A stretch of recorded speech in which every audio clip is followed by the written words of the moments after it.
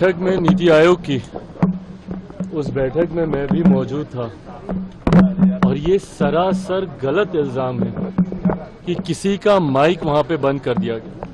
पहली बात तो जब ये विपक्ष बोलता है कि माइक बंद कर दे, उस माइक का कंट्रोल वहां पे बैठे किसी भी व्यक्ति के हाथ में नहीं होता है, उस व्यक्ति के खुद के हाथ में होता है। ना लोकसभा में, ना राज्यसभा में, ना ऐसी किसी बैठकों में, ऐसी बैठक में माइक सामने लगा होता है, ऑन ऑफ का स्विच सामने ही होता है। तो ये बात बोलना सरासर झूठ है जब कोई ये बोलता है कि मेरा माइक बंद कर दिया गया।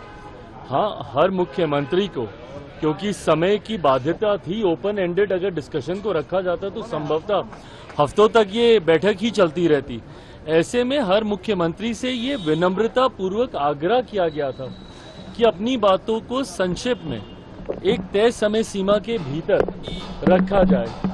जब वो समय सीमा पूरी हुई, सिर्फ एक रिमाइंडर के तौर पर उनको जरूर, जैसे तमाम मुख्यमंत्री को दोबारा से नोटिफाई किया गया कि भाई आपका समय समाप्त हो रहा है, इस तरीके से। बट उसके बाद जिस तरीके से बंगाल की मुख्यमंत्री ममता बनर्जी जी एकदम से उत्तेजित होकर उस बैठक को बीच में ही छोड़कर चली गई, मुझे लगता है ये आचरण गलत है।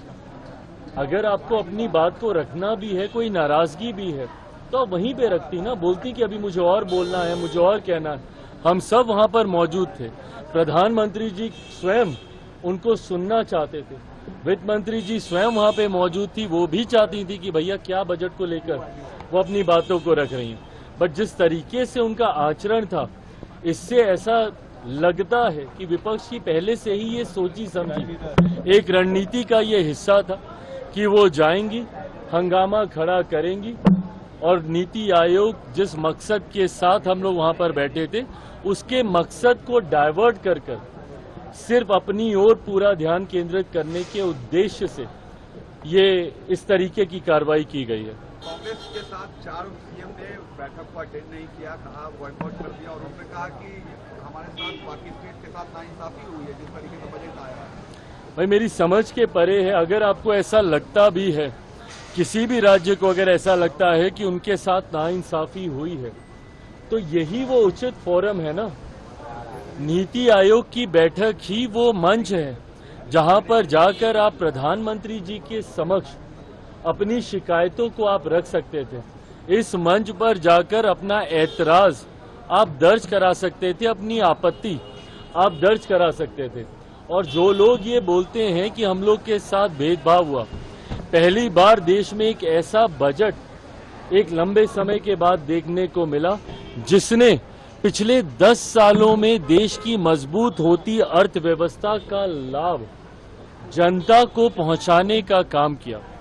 इसमें जहां प्रमुखता से देश के गरीबों का जिक्र किया गया, अन्नदाता का जिक्र किया गया, नारी शक्ति का जिक्र किया गया, युवा शक्ति का इसमें जिक्र किया गया।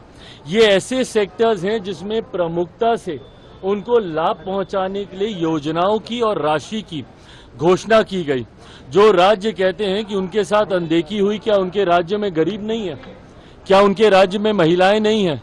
क्या उनके राज्य में किसान नहीं है? क्या उनके राज्य में गरीब वर्ग से आने वाले युवा हो, महिलाएं हो, किसान हो, क्या ये लोग नहीं है? तो सिर्फ राजनीतिक हंगामा करने के लिए, और मैं दावे के साथ कहता हूं कि भाई ये लोग पिछले बजट भी निकाल कर दिखाएं कि किस किस राज्य को कितना कितना आवंटन किया गया है जब सरकार कांग्रेस के नेतृत्व में चल रही थी। यूपीए की सरकार हो या उसके पहले की सरकार हो, कितने राज्यों का जिक्र किया गया। और मुझे ताज्जुब तो सबसे ज्यादा राजद और कांग्रेस पर होता है। क्या राजद को खुशी नहीं होनी चाहिए कि भैया बिहार को एक बड़ी राशि आवंटित की गई है, इंफ्रास्ट्रक्चर डेवलपमेंट को लेकर हो, यहाँ पर सड़क को लेकर हो, पुल के निर्माण को लेकर हो। बिहार की सबसे बड़ी समस्या बाढ़, जिसका जिक्र हमेशा मैंने बिहार फर्स्ट, बिहारी फर्स्ट के माध्यम से मैंने किया। उस बाढ़ को लेकर लगभग 11,000 करोड़ की राशि अलग से आवंटित की जाती है।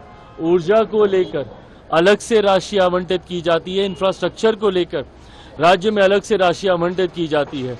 तो भैया अगर बिहार जैसा राज्य, जिसके लिए लंबे समय से हम लोग भी मांग करते थे भैया कि बिहार को विशेष राज्य का दर्जा मिलना चाहिए, बट स्पेशल कैटेगरी स्टेटस जब तक नहीं मिलता है, ये मांग भी हम लोग की थी कि बिहार को एक स्पेशल पैकेज मिलना चाहिए। आज मैं धन्यवाद करूंगा माननीय वित्त मंत्री जी का, और विशेष तौर पर मैं धन्यवाद करूंगा मेरे प्रधानमंत्री आदरणीय नरेंद्र मोदी जी का।